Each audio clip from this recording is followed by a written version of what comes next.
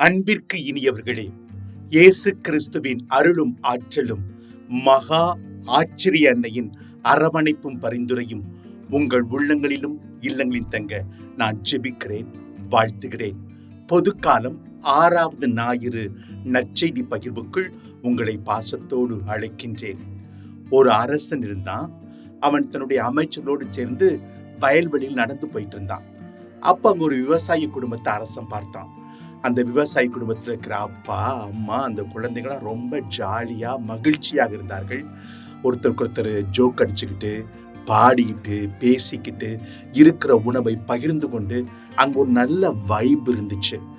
அதை பார்த்த அரசன் தன் அமைச்சரை பத்தி சொன்னா, என் வீடு ஒரு பெரிய அரண்மனை, எங்க பார்த்தாலும் செல்வ செழிப்பு மிகுந்து இருக்கிறது. நான் கூப்பிட்ட குரலுக்கு ஓடி வர, என் குழந்தைகள் கூப்பிட்ட குரலுக்கு ஓடி வர எத்தனையோ வேலையாட்கள் இருக்கிறாங்க. ஆனா அங்க மகிழ்ச்சி இல்லையே. ஆனா இந்த விவசாய குடும்பம் நிறைய மகிழ்ச்சியோடு இருக்கிறதே எப்படின்னு அமைச்சரை பார்த்து கேட்டான். அப்ப அமைச்சர் சொன்னா, அரசே, இன்னும் அவங்க 99 கிளப்ல சேரல என்று சொல்லி சொன்னான். அரசருக்கு ரொம்ப ஆச்சரியமா இருந்தது. அது என்ன 99 கிளப் அப்படின்னு சொல்லி கேட்டார்.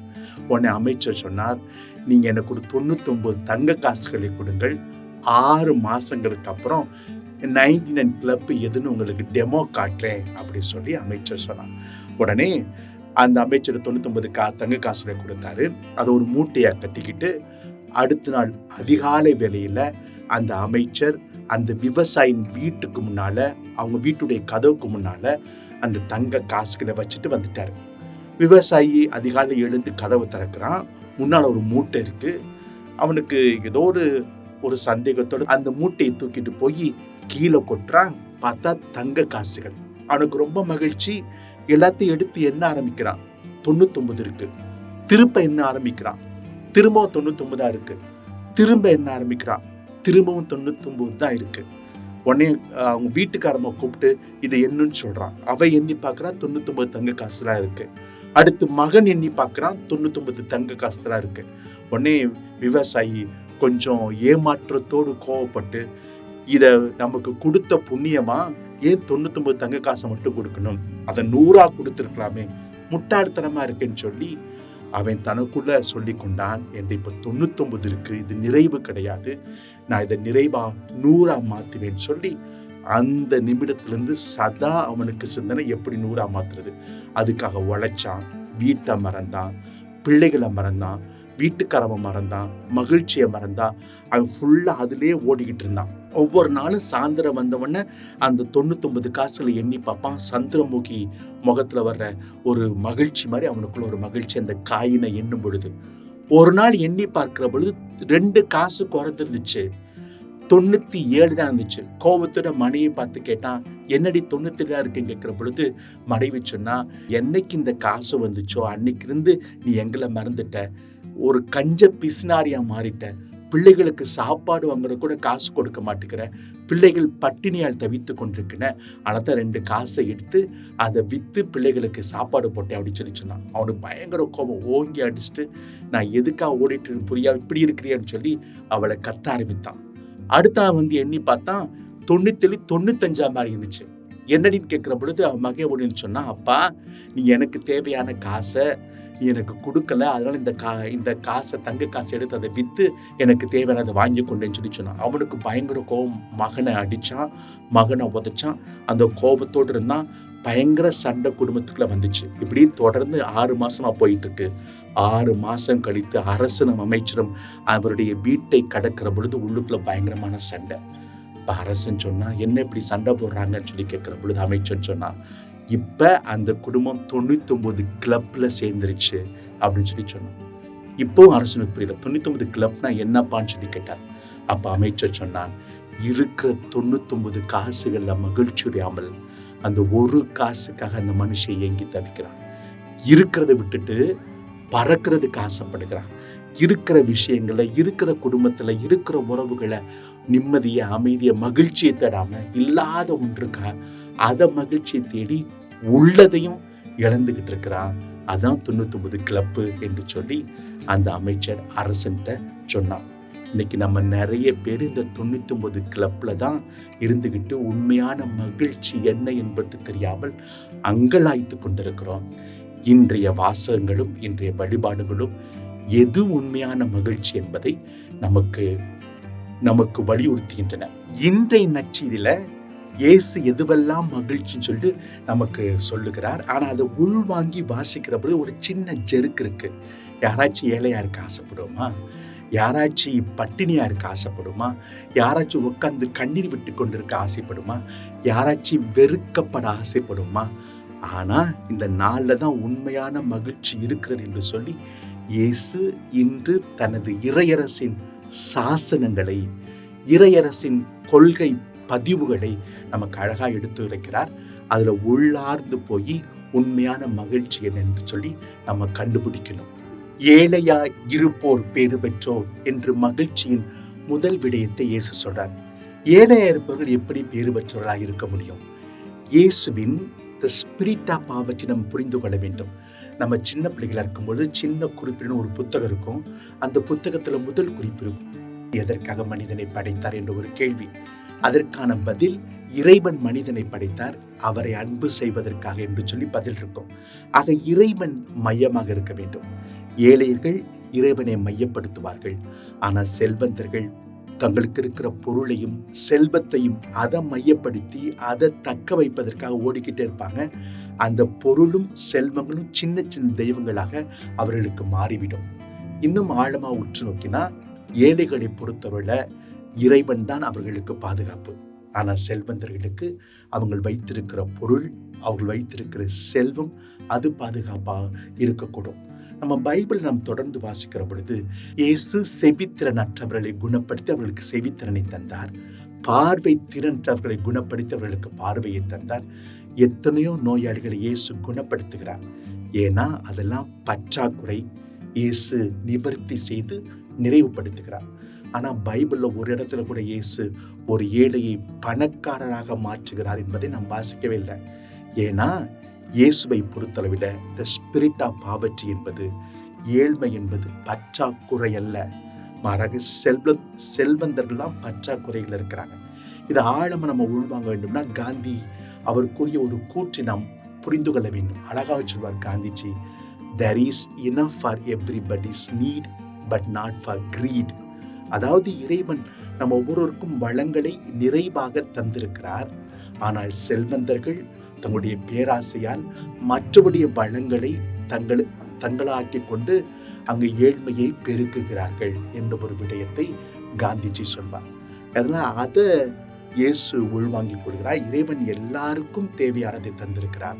ஆனால் செல்வனுடைய பேராசையால், சுயநலத்தால் இங்க எல்லாருக்கும் கிடைக்க வேண்டியது கிடைக்காமல் நிறைய மக்கள் ஏழ்மையில் இருக்கிறார்கள் என்று சொல்லி மத்தேயு 19:21 வாசிக்கிறோம். ஒரு செல்வந்த இளைஞன் இயேசுவிடம் வந்து நிலைவாழ்வு பெற நான் என்ன செய்ய வேண்டும் கேட்கிறப்ப நீ இதையெல்லாம் செய்யன்னு சொல்றார். நான் இதெல்லாம் செய்யறேன்னு சொல்லி அவன் சொல்றான். அப்ப இயேசு அவனை அன்புடுக்க பார்த்து விட்டு சொல்வார், நீ நிறைவு பெற வேண்டும் எனில் உன்னிடம் உள்ளதை விற்று ஏழைகளுக்கு கொடு என்று சொல்வார். அப்ப செல்வந்தர்கள் தான் நிறைவற்றவர்களாக குறைகளோடு இருக்கிறார்கள், பற்றாக்குறைகளோடு இருக்கிறார்கள். ஆனா உண்மையிலே இந்த ஸ்பிரிட் ஆஃப் பாவர்ட்டி உள்ளவர்கள், ஏழையாளர்கள் ஆண்டவரை தேடி ஆண்டவரை பற்றி கொள்பவர்களாக இருக்கிறார்கள். அது நிறைய செய்து வாழ்க்கையில் நம்ம பார்க்கிறோம். புனித பிரான்சிஸ் சேவியர் ஒரு ஏழ்மையை அவர் ஏற்றுக்கொண்டார். அன்னை தெரசா ஏழ்மையை ஏற்றுக்கொண்டார். நாம் ஏழ்மை ஏற்றுக்கொள்வது இந்த ஏழ்மை இறைவனுக்கு அருகிலே நம்மை கொண்டு செல்கிறது. பணத்தால் வருகின்ற எந்த ஒரு அடிமைத்தனமும் ஏழ்மைக்கு கிடையாது. எனவேதான் ஏழைகள் பேறு பெற்றோர் என்று சொல்லி இயேசு பதிவு செய்கிறார். இரண்டாவதாக பட்டினி இருப்போர் பேறு பெற்றோர் என்று சொல்லி இயேசு சொல்கிறார். பட்டினி இருப்போர் ஏன் பேறு பெற்றோர்களா இருக்க வேண்டும்? பட்டினி இருப்போர் ஏன் மகிழ்ச்சியோட இருக்க வேண்டும்? ஏன்னா இன்னைக்கு மனிதன் இந்த உடல் சிற்றின்ப ஆசைகளுக்கு, உடல் தருகிற கிளர்ச்சிக்கு அடிமையா இருக்கிறான். பட்டினி இருக்கிறவன் இந்த உடல் கிளர்ச்சிக்கு அடிமையாக மாட்டான். உடல்ல இருக்கிற பசி ஒரு நல்ல விஷயம், உடல்ல இருக்கிற தாகம் ஒரு நல்ல விஷயம். ஆனால் இந்த உடல் பசியை மட்டும் பிரதானமாக கொள்ளாமல் ஆன்ம பசி, ஆன்ம தாகம் என்று இருக்கிறது என்பதை பட்டினியுள்ளவன் அவன் உணர்வான். இன்னைக்கு இந்த உடல் தருகிற இந்த சென்சுவல் பிளஷர் என்று சொல்வார்கள், இந்த உடல் கிளர்ச்சிக்காக எவ்வளவு மில்லியன் டாலர் இன்னைக்கு செலவழிக்கப்படுகிறது, எவ்வளவு பெரிய பிசினஸா இருக்கு. இன்னைக்கு மதுபானங்கள் ஒரு பெரிய பிசினஸ், போதைப் பொருட்கள் பெரிய பிசினஸ், இந்த உடலை கிளர்ச்சி தூண்டுகிற போர்னோகிராஃபி பெரிய பிசினஸ். இதெல்லாம் எதை காட்டுதுன்னா, இன்னைக்கு மனுஷன் உடல் சார்ந்த இச்சைகளுக்கும் கிளர்ச்சிகளுக்கும் அடிமையா இருக்கிறான். ஆனால் உண்மையான பட்டினி இருப்பவர்கள், அதாவது ஆன்ம காரியங்களுக்காக பட்டினி இருப்பவர்கள், இறைவனுக்காக பசியோடு தாகத்தோடு தெரிகிறவள் இதற்கெல்லாம் அடிமையா இருக்க மாட்டாங்க. எனவே பட்டினி இருப்பவர்கள் பேறு பெற்றோர் என்று சொல்லி இயேசு சொல்கிறார். மூன்றாவதாக அழுவோர் பேறு பெற்றோர் என்று சொல்லி இயேசு சொல்கிறார். அழுவோர் எப்படி பேறு பெற்றோரா இருக்க முடியும்? கண்ணீர் ஒருவர் எப்படி மகிழ்ச்சியா இருக்க முடியும்? ஏன்னா இன்னைக்கு எல்லாமே ஃபீலிங்ஸ் வந்துச்சே, ஃபீலிங்ஸ் வண்டியா வந்துச்சே ஃபீலிங்ஸ் சொல்லி உணர்வுகளுக்கும் உணர்ச்சிகளுக்கும் முக்கியத்துவம் கொடுத்துக்கிட்டு இருக்கான் மனுஷன். இன்னைக்கு எந்த ஒரு காரியத்தை எடுத்துக்கிட்டாலும் இது நல்லதா கெட்டதா, இது நீதியானதா அநீதியானதா என்று சொல்லி என்ற கேள்வி கேட்காம, உன் மனசுக்கு பிடிச்சிருக்கா இதை நீ செய், உன் உணர்வுகளுக்கு ஒத்திசைவோடு இருக்கா இதை நீ என்று செய் என்று சொல்லி உணர்ச்சிகளுக்கும் உணர்வுகளுக்கும் முக்கியத்துவம் கொடுக்கிற ஒரு நிலை இன்னைக்கு உருவாகி கொண்டிருக்கிறது. எனவே புனிதமான வாழ்க்கையை தேடாமல் உணர்ச்சியை நிவர்த்தி செய்கின்ற வாழ்க்கையை தேடிக்கொண்டிருக்கிற இந்த உலகத்துல அழுவோர் பேறு பெற்றோர் என்று சொல்லி இயேசு சொல்கிறார். ஏன்னா ஒரு உண்மையான அன்பு கொண்ட வாழ்விற்கு, உண்மையான தியாகத்தை முன்னிறுத்திய வாழ்விற்கு, உண்மையான மன்னிப்பு கருணையை முன்னிறுத்துகிற வாழ்வுக்கு, உண்மையான சமூக நீதியை முன்னிறுத்துகிற வாழ்விற்கு, உண்மையான சுய கட்டுப்பாடு உள்ள வாழ்விற்கு குட் ஃபீலிங்ஸ் மட்டும் போதுமானது கிடையாது. அதையும் தாண்டி நிறைய வழிகளை அவர் தாங்கிக் கொள்ள வேண்டியதாக இருக்கும். நிறைய தியாகங்களை, தன்மறுப்புகளை, நிறைய துன்பங்களை ஏற்றுக்கொள்ள வேண்டியதாக இருக்கும். எனவே குட் ஃபீலிங்ஸ் மட்டும் போகாது. அழுவோர்கள், கண்ணீர் விடுவோர்கள் இந்த உணர்வுகளை தாண்டி இறைவனை பற்றி கொடுக்கிறார்கள். எனவே அழுவோர் பேறு பெற்றோர் என்று சொல்லி இயேசு சொல்கிறார். கடைசியாக பிறரால் நிந்தித்து ஒதுக்கப்பட்டு வெறுத்து ஒதுக்கப்படுகிற வாழ்வு பேறு பெற்றோர் என்று சொல்லி இயேசு சொல்கிறார். யாரு தான் வெறுக்க ஆசைப்படுவார்கள்? யாரு தான் வெறுக்கப்பட ஆசைப்படுவார்கள்? எல்லாரும் மற்றவர்களை அன்பு செய்ய ஆசைப்படுவார்கள். எல்லாரும் மற்றவர்களுடைய ஒரு அங்கீகாரத்துக்கு ஆசைப்படுவார்கள். ஆனா இன்னைக்கு அதுவே அதிகமாகி மற்றவருடைய அங்கீகாரத்திற்காக, மற்றவருடைய முகஸ்துதிக்காக வாழ்கிற வாழ்க்கையாக, மற்றவர்கள் போடுகிற லைக்ஸுக்காக வாழ்கிற வாழ்க்கையாக மாறி போகிற பொழுதுதான் தடமாறி போகிறது. நம்முடைய வாழ்வு ஒரு புனிதத்தை நோக்கி இல்லாமல் வெறும் மற்றவருடைய முகஸ்துதிக்கான, பாராட்டுக்கான வாழ்க்கையாக, புகழ்ச்சிக்கான வாழ்க்கையாக மாறி போகிற பொழுதுதான் நம்முடைய வாழ்க்கை தடமாறி போகிறது. உண்மையிலே வெறுப்பதை ஏற்றுக்கொள்கின்ற மனிதன் மற்றவருடைய முகஸ்துதிக்கு அடிமையாக மாட்டான். எனவே வெறுக்கப்படுவோர் பேறு பெற்றோர் என்று சொல்லி இயேசு சொல்கிறார். எனவே இந்த 4 விஷயங்களிலும் மிக தெளிவாக இயேசு நமக்கு முன்னிறுத்த விரும்புவது அடிமைத்தனங்கள். அதாவது பொருளாசைக்கு, பேராசைக்கு அடிமைப்படாத. 2வது பெருந்தீனிக்கு அடிமைப்படாத. 3வது உன்னுடைய உடல் இச்சைகளுக்கும், உடல் ஆசைகளுக்கும், உடல் உணர்ச்சிகளுக்கு நீ அடிமைப்படாத.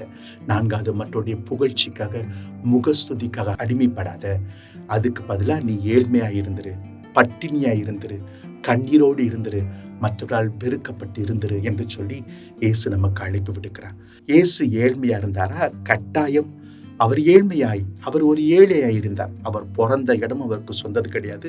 அவர் இறந்த இடம், அடக்கம் செய்யப்பட்டும் அவருக்கு சொந்தது கிடையாது.